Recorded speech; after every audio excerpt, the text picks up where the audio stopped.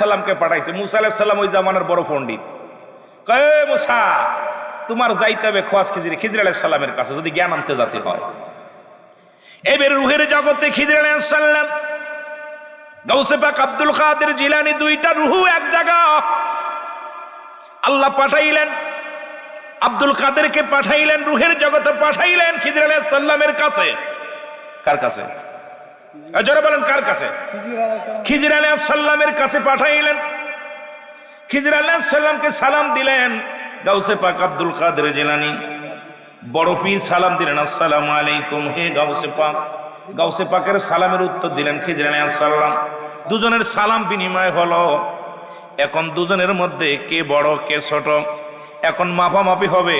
খোয়াজ খিজির বড় না গাউসে পাক আব্দুল কাদের জিলানী বড়? দুজনের মধ্যে শুরু হয়ে গেল।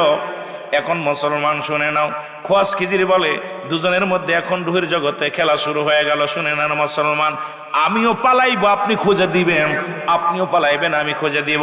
গাউসে পাক বলে ঠিক আছে, আপনার সঙ্গে এখন খোঁজাখুঁজি হবে।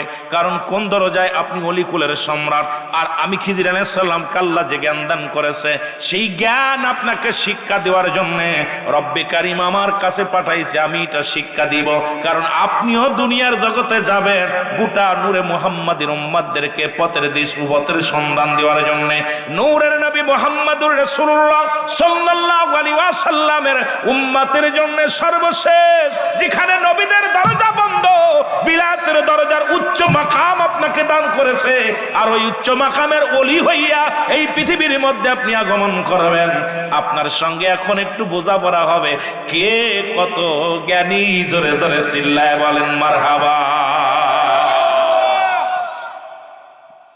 খোয়াজ খিজির আলাইহিস সালাম বলে ঠিক আছে আপনি পালান।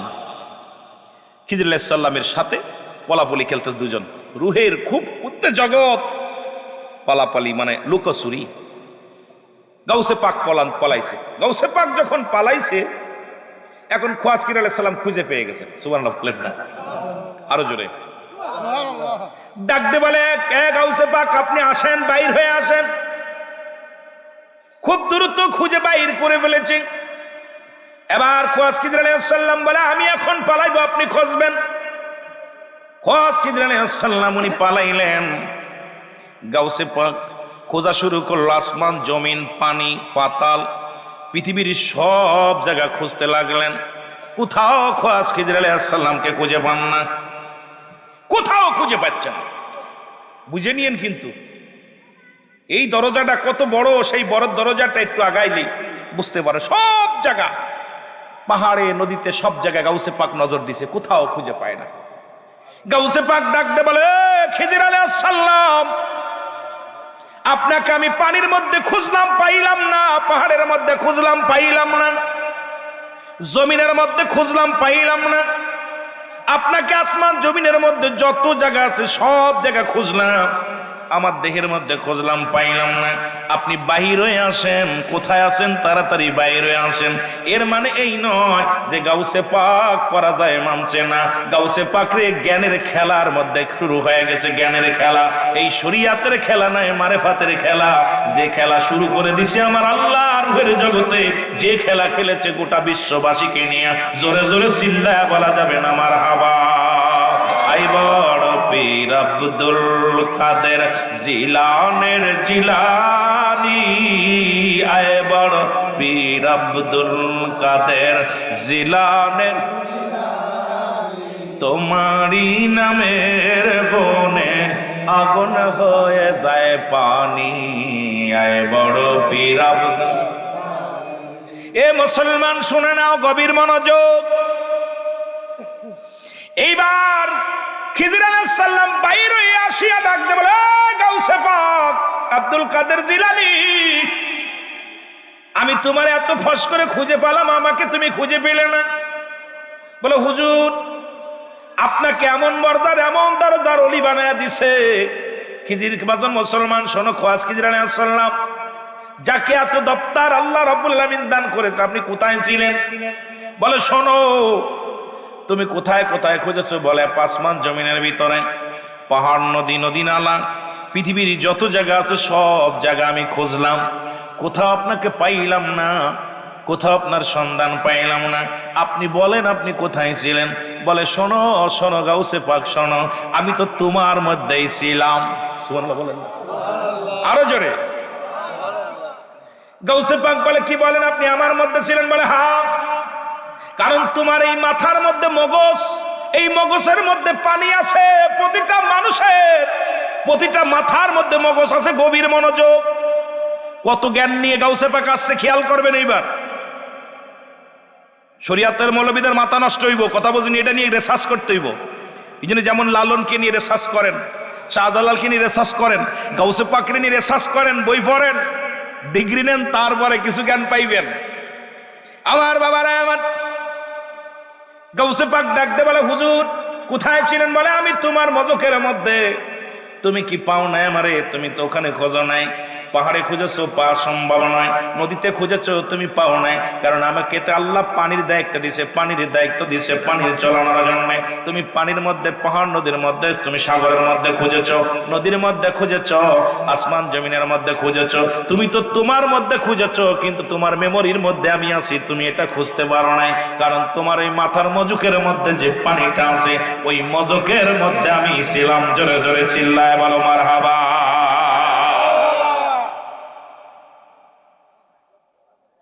গাউসে পাক বলে হুজুর আপনি এখানে ছিলেন? আমি তারা সারা পৃথিবী খুঁজলাম, সারা পৃথিবী। রব্বুল আলামিন ডাক দে বলে খোয়াজ খিজির ওকে বলে দাও, এই পৃথিবীর মধ্যে আমি গাউস পাককে এত শক্তি, এত মেধা, তোমার ভিতরে যে জ্ঞান আমি আল্লাহ দান করেছি, এই জ্ঞানটাও আমি গাউসে পাকের মজকের মধ্যে দিয়ে দিলাম। আরো জোরে। গাউসে পাকের মজকের মধ্যে খোয়াজ খিজির আলাইহিস সালাম প্রবেশ করার কারণে রব্বুল আলামিন গাউসে পাককে আরো উচ্চ মাকাম দান করছে। জোরে বলেন না মারহাবা। আর একটু জোরে বলেন মারহাবা। আমার বন্ধুগণ, আমার এই গাউসে পাক তামাম পৃথিবীর ওলিদের সম্রাট, ওলিদের রাহবার, যাদের কথা আল্লাহ বলে কুরআনুল কারীমের মধ্যে সূরা ইউনূসের মধ্যে 11 নম্বর পারা 62 নম্বর আয়াত। আল্লাহ বলে আলা সাবধান, ইন্না নিশ্চয়, আলা ইন্নাহু লিল্লাহি, আল্লাহর তরফ থেকে যারা ওলি হয়, লা নাই খাউফুন শব্দের অর্থ ভয়, ওলা যদি অবস্থান করে তোমাদের উপরে জানান, তাদের কোনো চিন্তা নাই, ভাবনা নাই। মেরকাত শরে মেরকাতের 10ম খণ্ড 722 নম্বর পৃষ্ঠা, তাফসীরুল বায়ান 5ম খণ্ড 524 নম্বর পৃষ্ঠা। রাসূল বলে আলা সাবধান, ইন্না নিশ্চয়, ইন্নাহু লিল্লাহি, আল্লাহর তরফ থেকে যারা ওলি হয়, লাইয়া মাউত, তাদের মৃত্যু নাই। জোরে জোরে চিল্লা বলা যাবে না মারহাবা। ও তারে মাটিতেও খায় না, জমেও সই না, নবীর প্রেমিক যে জনা, তারে মাটিতেও খায় না, জমে। আরো জোরে বলেন, নবীর প্রেমিক যে জনা, তারে মাটিতেও খায় না, জমেও। নবীর প্রেমিক যে জনা, হাদিসের ঘোষণা, কামেল পীর মরে না, কানার দালা হাদিসে কুরআন পড়ে না। কামেল পীর যে জনে মরণ নাই সংসারে, কামেল পীর যে জনে মরণ নাই সংসারে, দেখো না কোরআন হাদিস খুঁজিয়া, তারে মাটিতেও খায় না, জমেও সই না, নবীর প্রেমিক যে জনা, তারে মাটিতেও খায় না।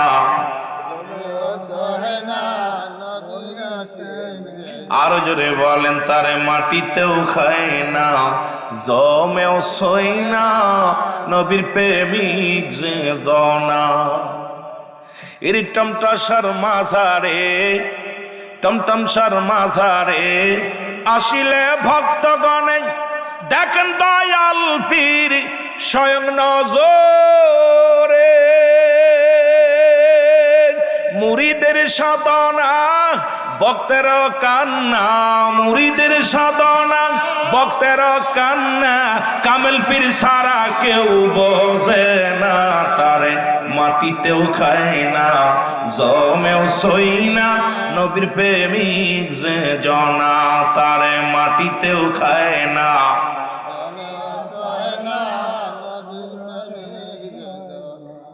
এই প্রথম বলছে না উঠাউঠি করা যাবে না, উঠতে হলে একবার উঠতে হবে। একজনের কারণে যাই মাহফিলের সম্পূর্ণ গজবটা তার ব্যাগে জুটে যাবে। এখানে দুইটা জিনিস পায়, একটা হলো রহমত, একটা গজব। ডায়াবেটিস নাকি সব? ডায়াবেটিস আলা মানুষ মাহফিলে বসে কেন? না বসাই ভালো। একজনের কারণে যখন গাড়ির পথের সময় হাঁটিয়ে যাচ্ছে আর একজনের ক্ষতি হচ্ছে, ধ্যানটা নষ্ট করতেছে। ঠিক কিনা ভাই? ঠিক কিনা? একজন মানুষ ধ্যান ধরে আলোচনা কান্দের পর হাত দিয়ে চলে যাচ্ছে। আর যদি ডায়াবেটিস তাদের কপালে, তো এমনি ডায়াবেটিস তোরা নিতেছিস, 2-4 ঘন্টা বসে থাকা, একটু কষ্ট করে ধ্যান ধরে বয়া থাকো। কষ্ট হচ্ছে, কষ্ট হচ্ছে। অলিগণ মরে, কথা বলেন মরে। হাদিস বিশ্বাস করেন কে কে? হাদিস মানেন কে কে? একটু হাত উঠান না। যারা মানিস না তারা হাত উঠাইস না। ওর বল মানিস না কি, কোথায় দলিয়ে যাবার জানা? যারা হাত উঠান নাই যে জানি, আমি কইছি মানি যারা, তারা হাত উঠান। যারা মানেন নাই হাত উঠান নাই, আমার বলেন যে হুজুর মানি না, কিসের কারণে মানেন না বলবেন না। হাদিস না মানার সঙ্গে সঙ্গে সে কাফের। হাদিস অস্বীকার করা, হাদিসকে অস্বীকার করা, কোরআনকে অস্বীকার করলে সে ঈমান থাকবে? তার যেন বল ঈমান থাকবে। রাসূল বলে মেরকাত শরে মেরকাত 10ম খণ্ড 722 নম্বর পৃষ্ঠা, তাফসীরুল বায়ান 5ম খণ্ড 524 নম্বর পৃষ্ঠা, আল্লাহর ওলিগণ মরে না, লা ইয়ামুত, তাদের মৃত্যু নাই। ওমর আপনার বডি আর তাদের বডি এক না। এ মুসলমান শুনে নাও গভীর মনোযোগ। এই গাউসে পাক শোনো, তার নানার বাড়িতে আছে ছোট্ট মানুষ। আমি কথাগুলো আলোচনা করে দুনিয়ার বলে, মা গো বুড়ি মা, তুমি কাঁদতেছো 12 বছর কিসের জন্য? বাজান রে, আমার একটা ছেলে ছিল, এই ছেলেটা বিয়া করতে পাঠাইছিলাম বড় শখ করে ওই গ্রামে, ওই যে নদীর ওই পারে নৌকা বইরা যাত্রী নিয়ে যাইছিল। এই যাত্রী নিয়ে আসার সময় নৌকা ডুবে বউ ছেলে মেয়ে যাত্রী সবগুলো মারা গেছে। এই 12টা বছর অপেক্ষা আছে যদি ছেলে ফিরে আসে। আমি তো মা, দুঃখিনী মা। এই মায়ের মন তো আর মানে না, মন চাই নদীর কিনারে আসলে মনে হয় ডাকলে পারে সন্তান আইব। এই জন্য বইয়া বইয়া কান্দি। জোরে বলেন না মারহাবা? আর একটু জোরে বলেন। মা এটা তো রব্বি কারিম নিয়ে গেছে, মারা গেছে, 12 বছর আগে মরছে, ওর গোস্ত পয়সা গেছে, হাড্ডি গুড্ডি পয়সা গেছে, গোস্তগুলো মাছে খাইছে, আঙ্গুরে খাইছে। মা তুমি বয়া বয়া তাবারও কাছে খেয়ে যায়, এগুলো তুমি মা বয়া বয়া কান্তছে, ঘটনা ডাকি মা, এগুলো তুমি বাড়ি যাও। বাড়ি যাবো না বাবা, বসে আসি, বসে আসি। একটা মাত্র ছেলে, কি নিয়ে যাবো? ছেলে নাই, আমার স্বামী নাই, বাল বাচ্চা কেউ নাই, একটাই ছেলে ছিল। ওর স্মৃতি ধরে বাঁচতে চাই বাবা। আমার গাউসে পাক আব্দুল কাদের জিলানী কত মায়ার দয়ার শরীর ছিল। আরে আসলে যে গাউসে পাক আব্দুল কাদের জিলানী গিয়ে যে আমি বলো গাউস সাহায্যকারী, বড় সাহায্যকারী। সে মানুষের করুণ, মানুষের কষ্ট সহ্য করতে পারতেন না, সঙ্গে সঙ্গে রব্বে কারিমের কাছে বসতেন। সুবহানাল্লাহ বলেন, আরো জোরে বলেন, আরো জোরে। সে বসতেন।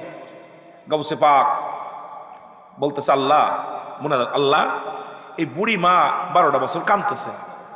এই অবস্থা এখন জিবরিল আয়া এলহামের মাধ্যমে ওলিদের কাছে আসে, এলহাম নবীদের কাছে আসে ওহী, এলহামের মাধ্যমে জানতে, হে গাউসে পাক পাগলামি করো না, 12 বছর আগে মারা গেছে, ওর গোস্ত খেয়ে ফেলছে, মাছে খাইছে, হাঙ্গরে খাইছে, হাড্ডিগুলো পয়সা গেছে, এখন ওরা কি করবা? এখন তুমি আমার কাছে দোয়া করতে, আল্লাহর কাছে দোয়া করে লাভ নাই, এটা ফিরানো সম্ভব না। গাউসে পাক, আল্লাহ তুমি তো রহিমের রহিম, রহমান, তুমি গফুরুর রহিম। এ আল্লাহ তুমি তো দয়ার সাগর, তুমি তো ভক্তের নিরাশ করো না। ও আল্লাহ তুমি তো ভক্তের নিরাশ করো না। ওই মা দুঃখিনী চোখের পানি সহ্য করতে পারি নাই। তুমি কাজ করো, তুমি গোস্ত মাংস খালি কুন আর ফাকুন বলবা, হয়ে যাইব। তোমার কি বেশি পাওয়া লাগবো? আমি গাউসে পাক তোমার কাছে ফরিয়াদ করি, ওই মার মুখে হাসি ফুটাইতে হবে, দিতেই হবে ফিরায়া। সুবহানাল্লাহ, আরো জোরে দাবি করছে, কিরাম দেখছেন, দিতেই হবে, দিতেই হবে। গাউসে পাক দোয়া, লম্বা দোয়া শুরু করছে, হাত আর নামায় না, হাত আর এলহামের মেয়ে। গাউসে পাক আর কত হাত লেগে গেছে গাউসে পাকের। আল্লাহ তুমি যদি না উঠায় দাও, আমিও হাত উঠে আজকে নামাইতাম না। হাত যে উঠাইছি আর নামাবো না। রব্বে কারিম গাউসে পাকের কষ্ট দেখে কয়, গাউসে পাক, আমি তোমার ফরিয়াদ কবুল করেছি, হাত নামাও। সঙ্গে সঙ্গে ওই 12 বছর আগে ডুবন্ত নৌকা, স্ত্রী, আপনার ছেলে, নববিবাহিত সন্তান সব ভেসে উঠছে। জোরে বলেন না মারহাবা। এই কথাগুলো শরীয়তের মৌলবীরা শুনলে ওর মাথা খারাপ হইবে না? কথা কইতে নির্বাক, মাথা খারাপ হইবে না? এই লাদন্নিতে যাইতে হলে এলমে হুজুর, এলমে শরিয়াত, এলমে তরিকত, এলমে তরিকাতের জ্ঞান অর্জন না করতে পারলে, এলমে শরিয়াতের জ্ঞান দ্বারা মাপকাঠি করে ও জীবনেও পীর মুরিদি করতে পারবে না। এই জন্য মাস্টার ইবলিস ছিল, এলমে শরিয়াতের জ্ঞান অর্জন করেছিল, এই জন্য খোদা তাআলার রহমত থেকে বঞ্চিত হয়ে গেছিল। আর এলমে লাদুন্নি, এলমে হুজুরি এই জ্ঞান যখন অর্জন করতে পারবে, ওই মাকামে যখন পৌঁছাতে পারবে, ওই ব্যক্তি তো দুনিয়ার মধ্যে খাঁটি মুমিন হয়ে যাবে। যারা বলেন মারহাবা। এই বিদ্যা অর্জন করতে হলে এলেমের বাহাদুরি, সারধনের গৌরব তুমি। আল্লামা শেখ সাদি বলতেছে, ওরে কামেলের পদতলে জীবনটুকু দাও ঢেলি। বলেন কামেলের পদতলে জীবনটুকু। আহা, দেখ না ফরিদ করিল দান, অমূল্য চক্ষুর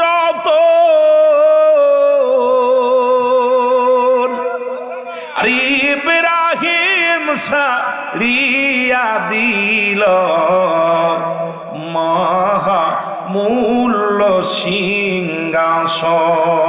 ওরে ইব্রাহিম সারিয়া দিল মহামূল্য সিংহাসন। এর মেলা দন্নি নাহি যার দজকে দেশে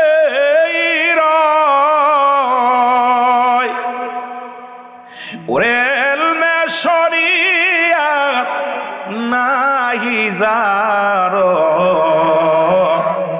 দজকে সেই শরিয়াত তরিকত হাকিকত মারিফাত। এই প্ল্যাটফর্ম কঠিন জায়গা। আমার বাবারা, বন্ধুরা আমার, এই জায়গাটা আমাদের যাইতে হলে, এই বিদ্যা অর্জন করতে লাগলে একদিনে পাওয়া যাবে না। এই যে সাধনা করতে হবে, রিয়াজু করতে হবে। রিয়াজু করতে হলে কামেলের দপ্তারে পাগলের মতো হামুড়ি খেয়ে খেয়ে গোড়ায় গোড়ায় পড়তে হবে, নিজেকে মিসকিন সাজতে হবে, পীরের দরবারে মিসকিন সাজতে